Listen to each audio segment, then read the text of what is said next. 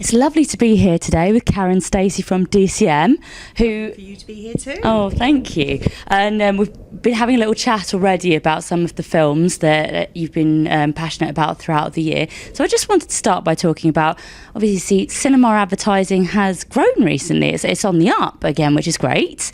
What do you think that's due to? So I think we've really concentrated on speaking to advertisers and clients about cinema's core proposition. And I think there's lots of inventions of new shiny things. And I guess a lot of media owners in a challenge because their core proposition is getting weaker, not stronger. Where I would argue, and we'd argue with advertisers, that ours is getting stronger because there's not... Well, apart from cinema, maybe the theatre, there's hardly any places now where you can get people, undistracted audiences, and get their full attention. It's a real no-no to turn your phone on in the cinema still.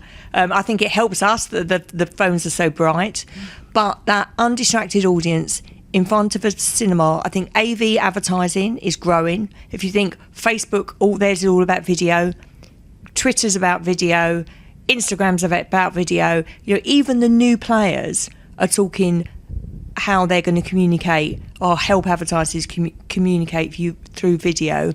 So we've got a very strong audience, we've got fantastic content, and we've got an undistracted audience. And you can play your ad, your piece of copy on a screen that's 56 foot wide. So there's a lot to like still about communicating to people. Definitely.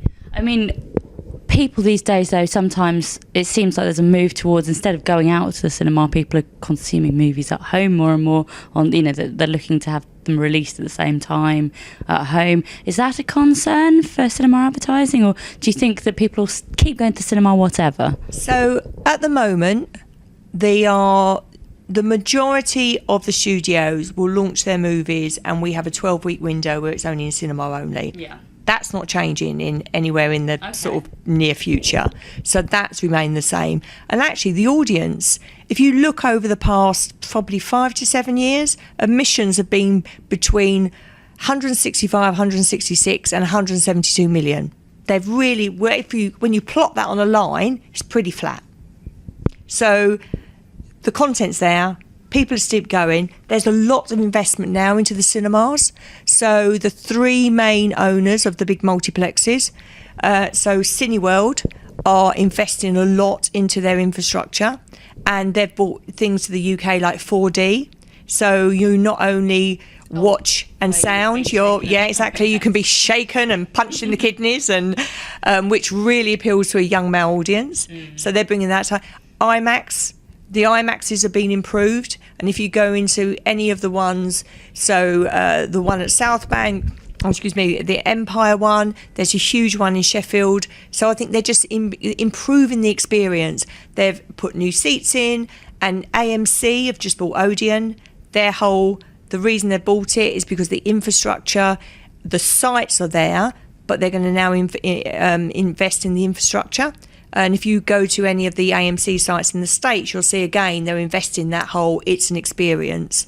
And View are doing the same. So they're all investing in their estates. And then you've got the likes of Picture House. Yeah. So Picture House is obviously a slightly different offering where you can have food.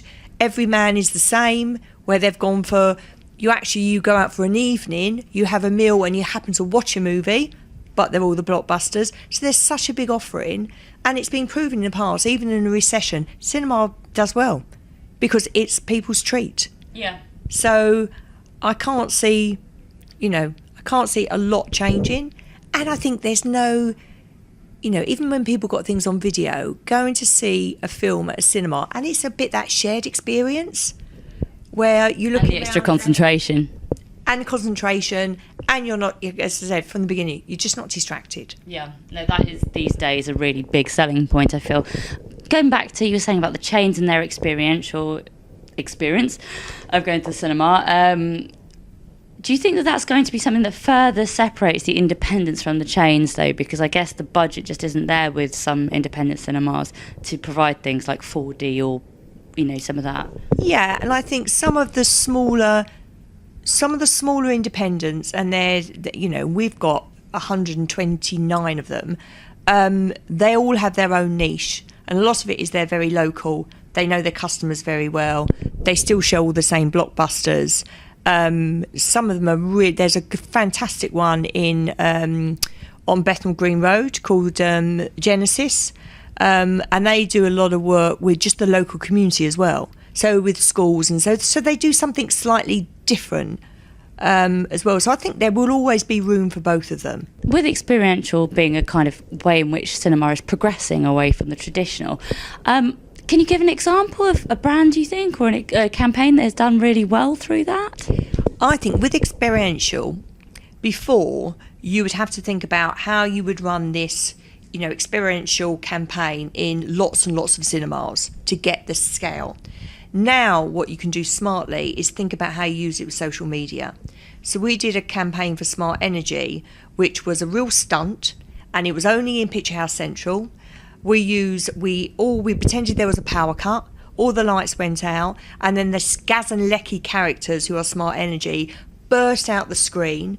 Because Picture House Central has got Dolby Atmos surround sound, you can make sound feel like it's almost right next to you. Oh, really? So they made these explosions and these lights come out of everywhere.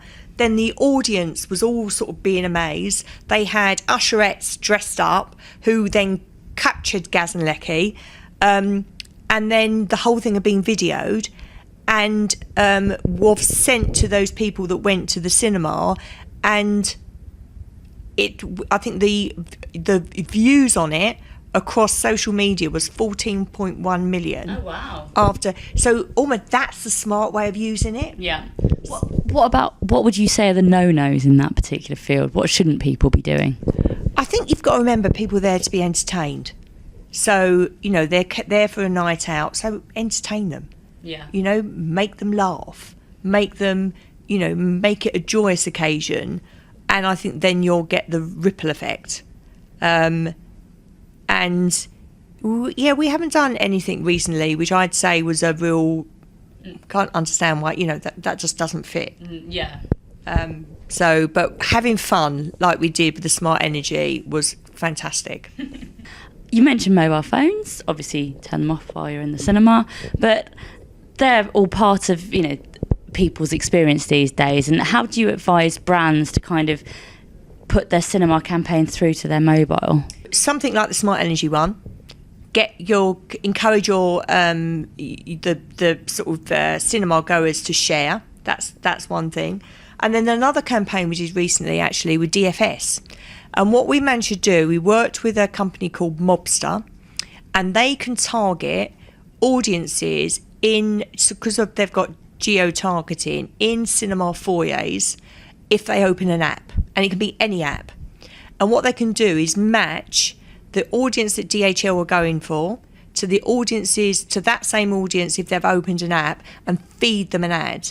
And we found on that campaign there was twice as much interaction with DFS when we've got both they were the cinema goer watching the ad and being in the foyer than anyone on their own.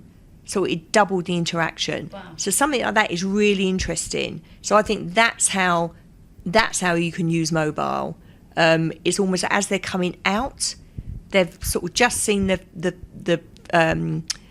ads they really recognise. And we have a great stat actually that 90% of our ads are exactly the same as TV, but 85% of people think they're different. They think they're longer, they think the sound's better, they think the colour's better, and I guess it's because they're sitting there watching them. I've had a similar experience watching The Big Lebowski on my DVD at home versus in the cinema, and it turns out there's loads of bits I'd missed completely when I rewatch it in the cinema. The industry is looking at VR and 360 as ways to go forward. Are you having to build that into your work quite a lot at the moment, looking forward, or? We are. I guess again, if I think about the proposition of cinema, we do some clever stuff with 3D. And I guess if you think about the virtual reality and the size of the screen and the shared experience, we're sort of halfway there. We've done some really smart stuff with a technology called 37 degrees. And what's amazing about 37 degrees, and it works on 3D technology, is you can have sort of these bifocal glasses, And if you look through the top, you will see one image. And if you look through the bottom, you see another image. So we just did a great campaign for Airbnb. And if you remember, theirs is don't go there, live there. So we had people with the glasses on. So they had one image, which is if you go there, you're shown around by, a little man with an umbrella. And if you live there, you're with a family, you're really enjoying the whole culture, etc. And so things like that, I think, are really clever. And I can see us using our auditoriums more to make people feel part of it. But we've almost got them in that captured audience anyway. And certainly with IMAXs, you do feel like you're in that world. Yes, right. It's very immersive, isn't it? Which is the whole point of these technologies, I guess. Immersive. Franchise films are more and more common these days. It seems that every other film is part of a franchise or a sequel or it's a reboot or something. How do these familiar characters help when people are advertising and doing brand tie-ins? I guess they help because they know it's quite a safe bet. So I was thinking particularly, like, for example, Absolutely Fabulous, which you mentioned previously. They've recently done some advert tie-ins, haven't they, around the film? So they did work with Diet Coke, they did work with Cadbury's, they did work with... So I guess when they know the characters, brands are much more certain about probably how the audience are going to react to it and how the characters are going to work on screen. Therefore, it makes our job easier because we know we can go to those advertisers as well and work with them, bringing the whole story together. Because otherwise, some people are going, what's that association there with? Yeah. So I remember last year when it was L'Oreal and Max Factor, I think, partnered with Star Wars, and the whole thing was, that's really odd. Do you remember the Max Factor makeup being darker? Yeah. But the reason was because they all knew Ray was going to be the main character. But the audience didn't.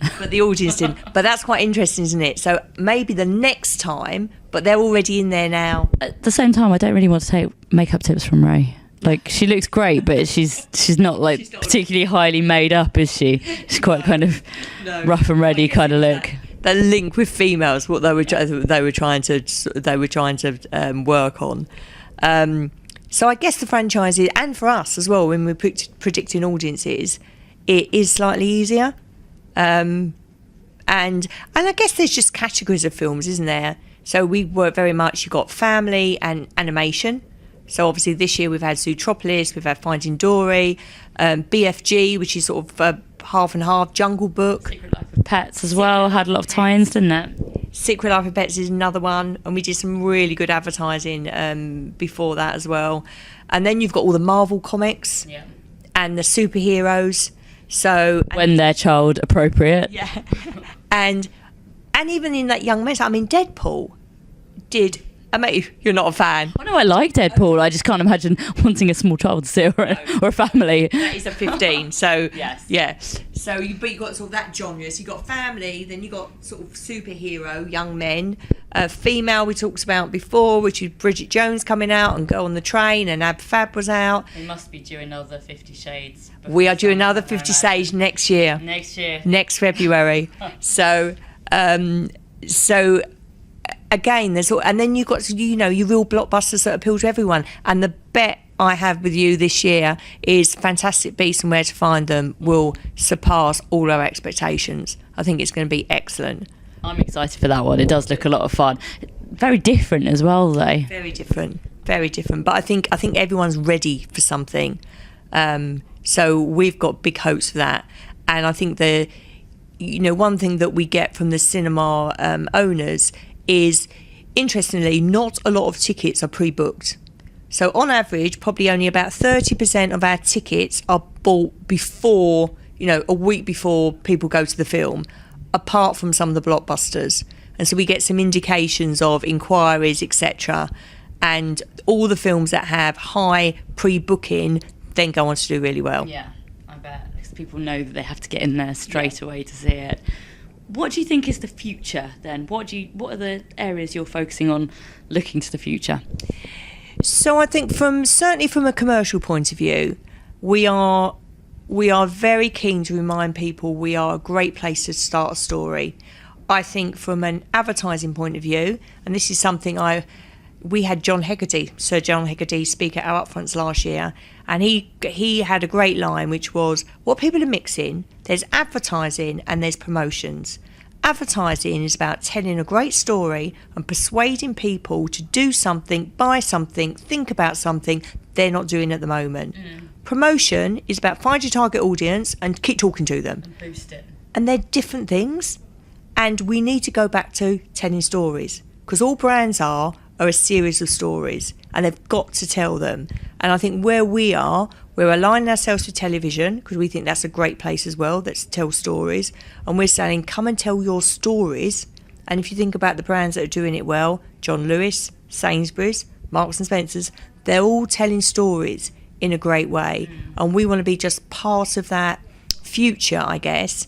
And I feel that certainly short, medium term, at the moment, you can't get our content anywhere. You've got to come to the cinema, and I think it's got that captive audience is where we can be. And we've had some great case histories to show how well we contribute and how well we help people tell a story and help people fall in love with their brand, because we don't do reach, that's what telly does, but we do that, as you say, that cut through, or that, oh, I didn't realise that. We do that really well. We do it well with films, and we really do it well with advertisers too. So I guess that's where I want to be, and I want to see a return to great brand advertising and storytelling, because I guess in the old world, this promotion, oh, they're walking down the high street, I can target them there, I can tell them there, it's what we used to do in direct mail. Yeah. You used to get it through the post. So, and if that's all you do, I think you're in the danger of not, really driving a brand. Fabulous. Well, thank you very much for talking to us, and have a lovely day. Thanks.